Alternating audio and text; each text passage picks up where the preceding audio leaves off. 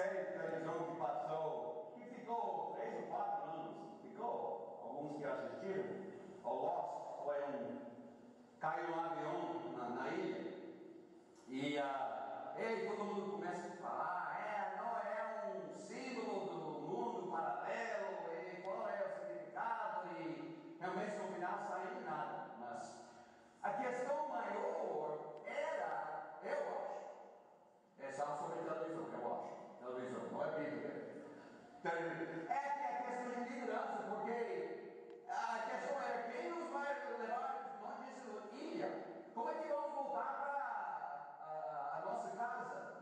E tinha alguns que surgiram e não conseguiram, e brigaram, e mataram, e o grupo mudou, e vamos seguir ele, vamos seguir ela. Então virou uma novela sobre liderança, mas foi interessante, qualquer jeito. Mas a liderança mexe bastante com a nossa vida. Às vezes pode ser a próxima linha, pode ser coisa boa e pode ser coisa. Quando o dinheiro subiu, lembra? Alguns de vocês? Então a liderança sempre mexe com nossas vidas, em qualquer parte das nossas vidas. Até quando o time não está andando bem, culpamos quem? Você perdeu muito a rua. Então eu vejo que a liderança é algo muito importante em nossas vidas, dia a dia. Sem até falar sobre a vontade de Deus. Mas é interessante que Deus chama seu povo ovelhas. Vários lugares Deus chama seu povo ovelhas. Você já passou tempo com ovelhas? A cabra é uma coisa, a cabra é teimosa, ele acha que sabe onde ele vai. Mas a ovelha é aquela animal que não conseguiu, parece muito inteligente de Deus. Acho que Deus dosou só um pouquinho para a ovelha. Porque você passa tempo com a ovelha e eles não têm alguém ali para dar na frente. Eles fazem assim, eles correm um pouquinho para eles, olham, e eles correm para cá e olham para as outras, e eles acabam assim correndo e parando e não sabem onde vão. Eu acho que por isso Deus não chamou ovelhas, porque realmente a gente não sabe, não conhece o caminho, e ficamos perdidos, correr um pouquinho para lá e para lá, não é assim, corremos e acabamos assim perdidos. Então Deus, desde o início, falou sobre seu povo sendo ovelhas, mas também quando ele falou sobre as ovelhas, quase sempre ele está falando sobre os guias, sobre os líderes, sobre os pastores, os que estão na frente, os que têm influência. Então, a pergunta é: precisamos de liderança?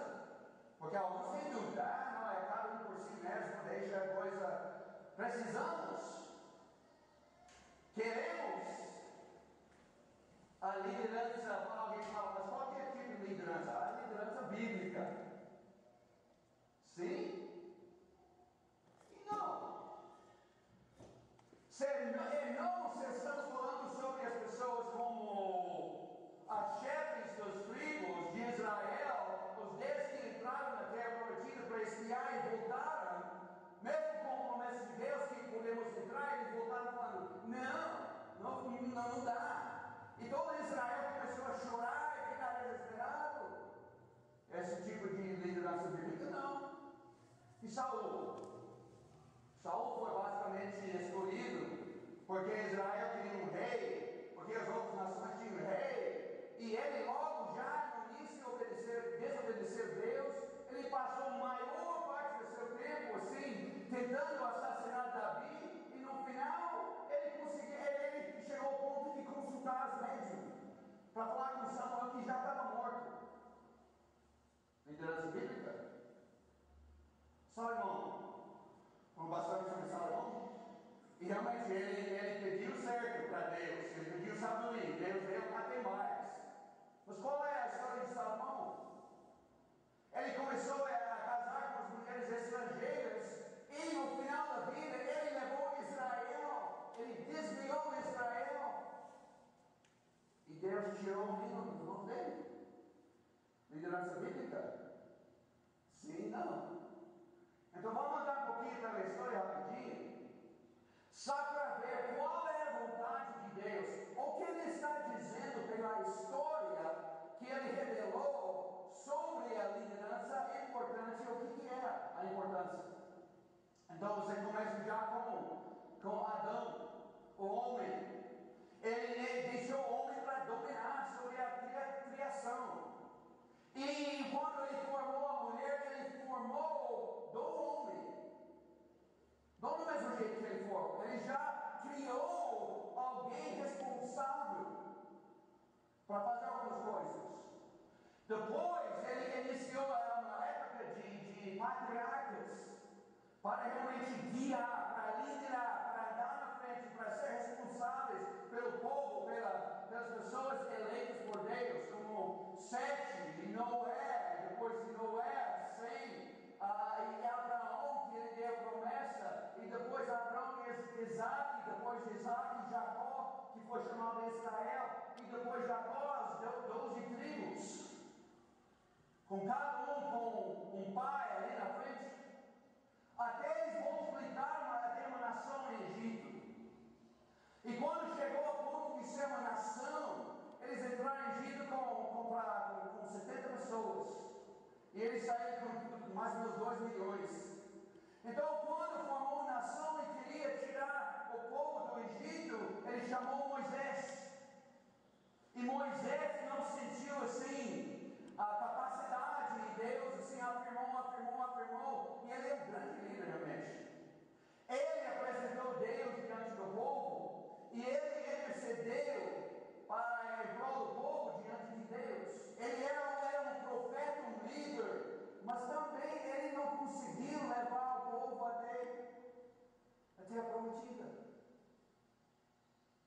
Então, quando Moisés morreu, quem entrou? Josué. E Deus chamou Josué para liderar o povo para chegar na terra prometida. E ele conseguiu, claro, com o poder de Deus, e eles conquistaram as terras e as cidades, eles dividiram a terra entre as tribos. Mas quando Josué morreu, sabe o que o povo fez? Aquela que o Senhor reprova.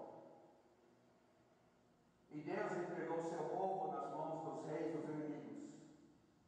Mas também, no mesmo tempo, Deus levantou os juízes. A maioria deles fracos mesmo. Eles enfraqueceram, eles tinham, até falando sobre Sansão. Sansão era realmente escolhido por Deus, mas um péssimo líder muitas vezes. Mas Deus andou com os juízes durante um bom tempo, o ciclo de Israel pegando e entrando nas mãos dos inimigos e voltando, e pegando e voltando, com os juízes ali de Deus trabalhando com o povo. No final, com a vinda de Samuel, alguns acham que ele era juiz, outros acham que não, mas ele era um líder em Israel. As autoridades de Israel reuniram-se e foram falar com Samuel. É que eles falaram: tu já estás idoso. Eu sei que isso tem a ver com nada, mas já tu estás idoso, mas mais do que isso, seus filhos não andam no seu caminho. Então não passa para seus filhos, porque eles não estão fazendo o que Deus está querendo. Então o povo pediu o que? Queremos um rei. Todas as outras nações ao nosso redor têm rei. Queremos um rei. Não queremos mais juízes. Queremos rei. Então isso desagradou Samuel. Mas Deus falou para ele: dá para eles o que eles estão pedindo. Eles estão rejeitando realmente a mim como rei. Então Saul foi ungido como rei. Mas bem no início do reinado de Saul, em 1 Samuel 15, quando Deus fala: olha, entra ali e destruir todas as coisas.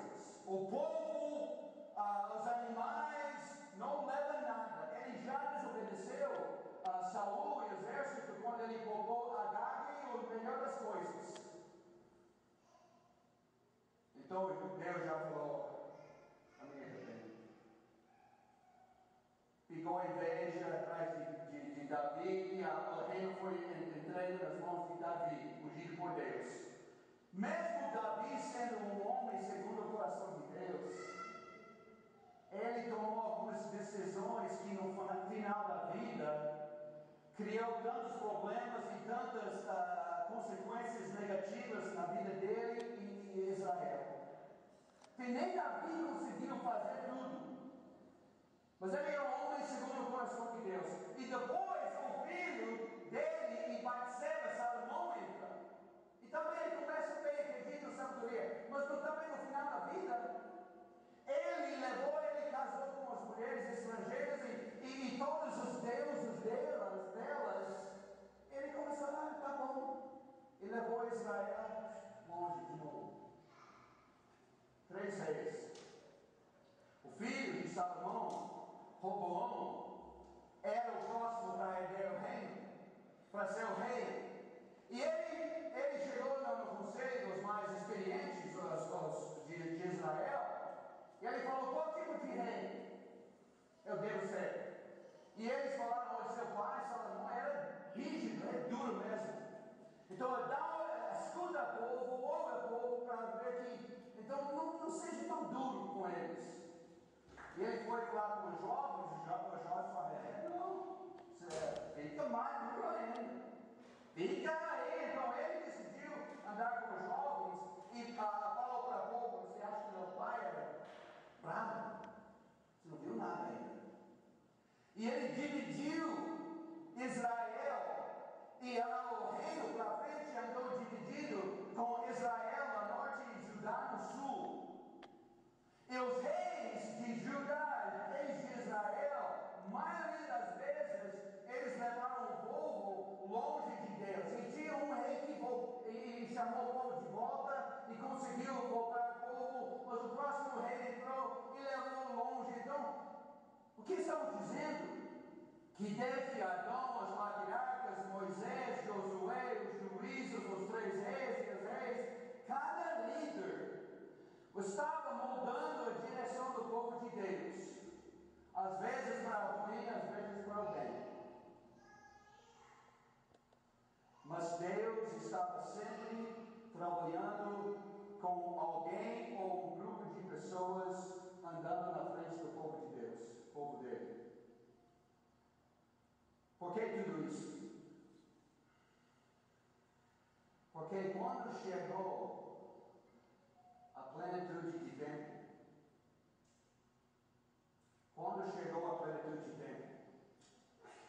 Deus enviou o que?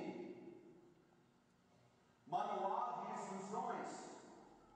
Como vocês homens, principalmente os homens, vocês trabalham bem com... você já pegou uma caixa para montar alguma coisa para seus filhos, que você tem 500 peças ali, e você abre a caixa e tem aquela manual de instruções. Quantos homens sentam aí 1 hora para ler as instruções? Tem alguns. São meio esquisitos, mas tem alguns. Não, eu abro a caixa, jogo no chão as peças, coloca o foto, a imagem ali na caixa e começa. E às vezes eu tenho que montar, remontar. Faltou 10 peças ali que eu não sei o que é. Às vezes eu tenho que. Não, a gente não trabalha muito bem com as instruções. Então, quando chegou a plenitude de tempo, Deus não enviou mais um mandato, Ele não enviou mais uma manual, Ele enviou. Mas quem Ele enviou foi seu filho. Porque necessitamos, como ovelhas perdidas, alguém de sangue e carne para nos dar direção. As instruções aí são certas, mas temos dificuldades de seguir as instruções. E Jesus, Ele é a plenitude de todas as coisas. Ele é o cumprimento de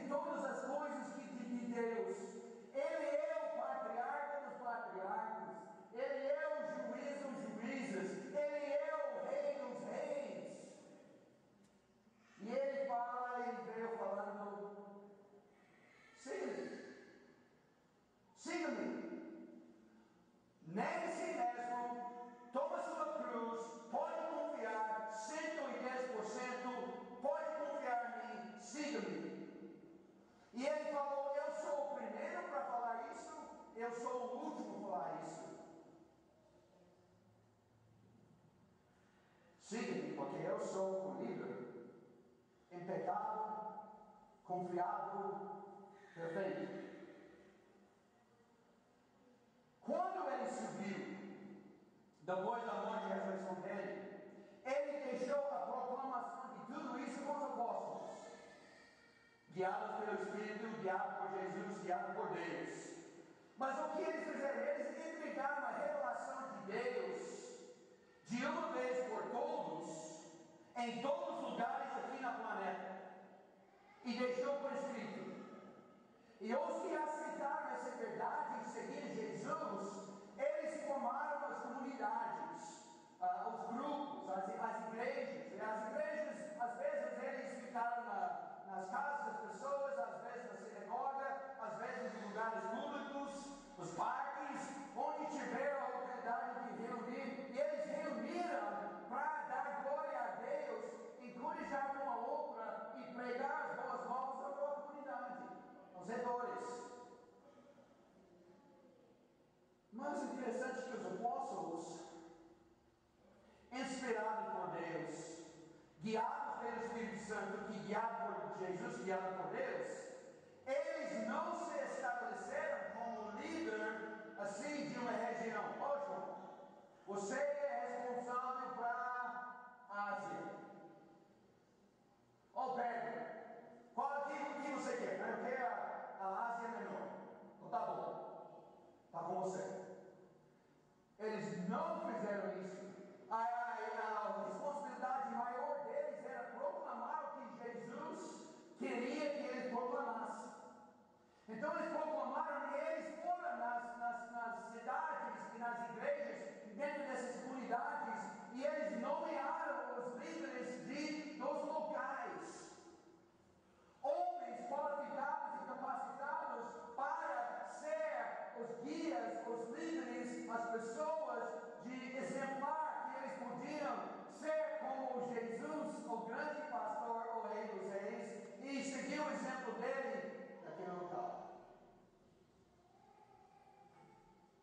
Está vendo o plano de Deus se revelando? O que podemos concluir sobre a liderança bíblica na história do povo de Deus? O plano soberano de Deus é a liderança. Não pode negar. Deus sempre está trabalhando com a liderança. Também não posso ver, mas estou falando que o ponto principal, a que ele dá os maiores advertências para as pessoas, os pastores, os líderes que estão desviando o povo. Ai, esse tipo de pastor.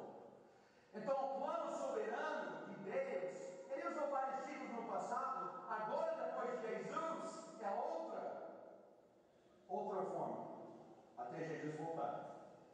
Deus exige muito dos guias, que eu já falei. Meu povo, os seus guias não enganam e desviam do caminho. E ele falou, Jesus falou, guias cegos. Jesus ficou mais transparente, eu vou dizer, no parte vocal, de expressar alguma coisa negativa com os líderes ou de qualquer outro grupo de pessoas. Os líderes que realmente eram cegos. Então Deus cobra muito. A tendência do povo não é para seguir o caminho dos seus líderes. Deus nos chama quem? Ovelhas. E ficam meio assim, acabamos seguindo alguém, alguma coisa. Em uma só geração, isso pela história, quando você anda pela história, em uma só geração, os líderes podem desviar o povo do caminho de Deus. Assim, impressionante. Os que exercem a liderança serão cobrados com maior rigor, mas a coisa mais importante que é Jesus é o único padrão perfeito e completo como líder entre todos. Esse é o plano de Deus revelado. O que Jesus revelou? Rapidinho. Por meio dos apóstolos e profetas sobre a liderança de presbíteros, bispos, pastores, como quiser chamá-los, também em parte os diáconos.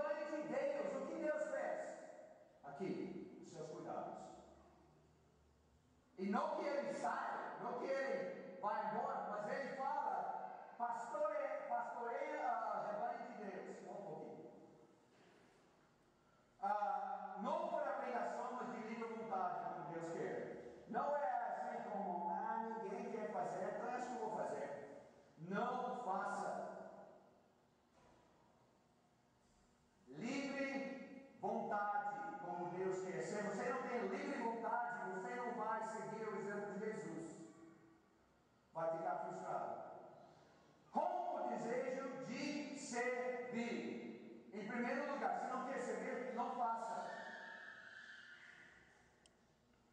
Não por ganância, seja prestígio, seja financeiro, seja o que for, mas não por ganância. Não haja como dominadores, dominadores dos que lhes foram confiados. Não é para dominar. O pastor não domina. Ele anda na frente como exemplo. Até igual o próximo aqui. Como exemplo para rebanho, ele fala. O que eu posso fazer com alguém que está pastoreando o rebanho do jeito que Deus quer? Eu posso seguir o caminho. Não que ele é perfeito, mas ele está seguindo aquele que é perfeito. E se eu sigo ele vai assim na minha frente mostrando como ele ser feito. Com perfeição, não. Ninguém é. Só Jesus. Como exemplos para rebanho. Paulo falou para os presbíteros Éfeso: cuide de vocês mesmos. E não é somente pastorear rebanho, porque é um trabalho tão precioso para Deus, que o pastor precisa cuidar dele mesmo, olhar para as necessidades e ficar assim sempre crescendo. Colocado pelo Espírito Santo. Deus trabalha com as pessoas, com nós, o povo de Deus, mas no final das contas é colocado pelo Espírito Santo, por Deus mesmo. Os homens têm boas mãos, mas é Deus que coloca o Espírito Santo. E 8, também que Paulo falou para os presbíteros lá: vigiem contra os lobos ferozes, onde? No meio do rebanho. O que eles estão fazendo?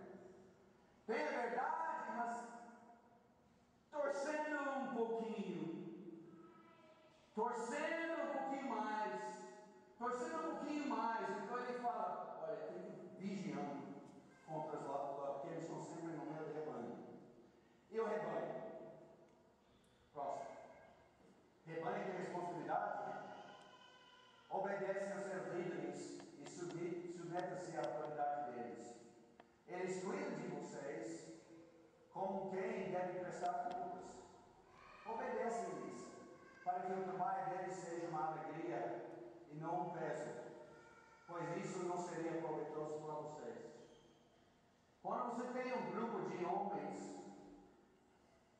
trabalhando, pastoreando o rebanho na forma que Deus quer, e tem um rebanho reclamando e rebelando, e cria uma clima tão pesada para todos. Então ele está falando que todo mundo vai fazer a sua parte e colaborar, porque toda essa colaboração vai criar uma clima tão bonita, tão boa para nós, tão boa para nossas vidas espirituais. Então cada parte tem que fazer a sua parte, colaborando uns aos outros, se submetendo uns aos outros. Então o rebanho também tem responsabilidade, é quase bonito quando funciona como Deus quer.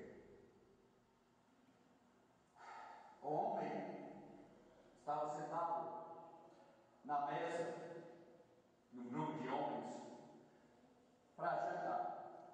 Foi um clima pesado, deu para sentir. Uma briga feia em andamento faz tempo. Porque alguns se acharam muito assim, mais importantes do que os outros, mais capacitados do que os outros. E eles queriam tomar conta do grupo e também do trabalho que estava sendo feito. Opiniões fortes e apostas assim, com alguns assuntos realmente importantes. Alguns provavelmente não foi falado assim, não foi contado assim, mas provavelmente alguns olhando com desdém e desconfiança para as outras. As panelinhas entre eles, os partidos, sentimentos de homens meio transformados, meio assim. E eles pensando qual seria o destino desse grupo para amanhã, para a semana que vem. E a ansiedade, e a preocupação, e a clima era tão pesado, o tamanho, que eles esqueceram até as normas de conduta social. Você já entrou numa pregar e se assenta e já clima pesada. Então esses homens também, eles esqueceram as normas, conduto social. E eles precisaram de alguém para restaurar, para rejuntar, para retificar. Alguém para reconstruir o que está sendo quebrado. E um deles se levantou da mesa. E todos os olhos para ele. O que ele vai dizer? Ele não deu uma bronca, nem cara feia, mas o que ele fez para retomar a liderança do grupo deixou as bocas abertas. Porque ele tirou a jaqueta, a capa e vestiu com uma toalha. E ele começou a lavar os pés desse grupo. E aquele foi o ponto principal na vida de Jesus, seus apóstolos e nós hoje. O pastor dos pastores, nosso exemplo, nosso líder, nosso servo, nosso salvador, nosso irmão, nossa esperança, Jesus Cristo, é o líder perfeito, e a glória seja para Ele sempre.